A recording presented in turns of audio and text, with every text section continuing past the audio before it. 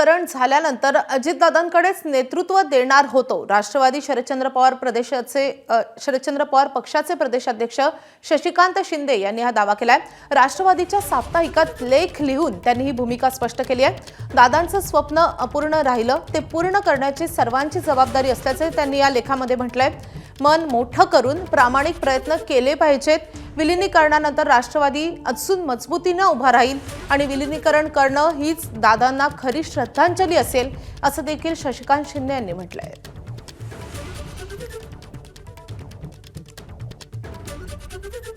तर शशिकांत शिंदेंनी या लेखाद्वारे नेमके कुठले महत्त्वाचे मुद्दे मांडलेत आपण ग्राफिक्सच्या माध्यमातून पाहूयात। अदृश्य शक्तींच्या कारवाया, धमक्या, खोटे नाटे, षडयंत्र रचून केलेल्या आरोपांमुळे अजितदादा राष्ट्रवादीतून बाहेर पडले।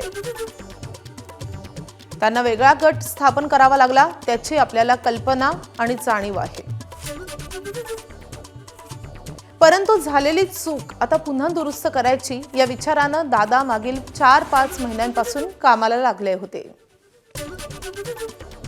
दोन्ही राष्ट्रवादीच्या एकत्रीकरणाचा निर्धार करून ते माननीय जयंत पाटील, माननीय पवार साहेब आणि आमच्याशी बोलत होते। मनपा जिल्हा परिषदांच्या निवडणुकीत त्यासाठीच त्यांनी जाणीवपूर्वक दोन्ही राष्ट्रवादी काँग्रेसची युती घडवून आणली होती। स्वतः हिरिरीनं प्रचाराची आघाडी ते सांभाळत होते। 12 फेब्रुवारीला दोन्ही राष्ट्रवादीचं विलिनीकरण करायचे असा निर्णय माननीय पवार साहेबांच्या उपस्थितीत झालेला होता। विलिनीकरणानंतर राष्ट्रवादीची धुरा अजितदादांकडे सोपवण्याचा निर्णयही साहेबांसह सर्व नेत्यांनी मान्य केला। कार्यकर्त्यांची तर तीच अपेक्षा होती, त्यासाठी ते आग्रही होते, पण काळानं घाला घातला। दादांचे दोन्ही पक्ष एकत्र आणण्याचं स्वप्न अपुरं राहिलं।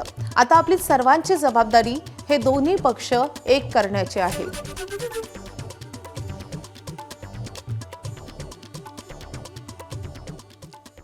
दरम्यान शशिकांत शिंदेंच्या या लेखावर शरद पवारांच्या राष्ट्रवादीचे नेते अनिल देशमुखांनी नेमकं काय म्हटलेलं आहे आपण पाहूयात। सत्य अनेक नेत्यांनी बोललेलं आहे। शिंदे साहेब जे आहेत, शशिकांतजी शिंदे आहेत, आता पक्षाचे अध्यक्ष आहेत आणि त्यांनी जे वक्तव्य केलं, त्यांनी अध्यक्ष म्हणून जे वक्तव्य केलं त्यांना आता पक्षाचे अध्यक्ष म्हणून जास्ती माहिती आहे। एबीपी माझा, उघडा डोळे बघा नीट।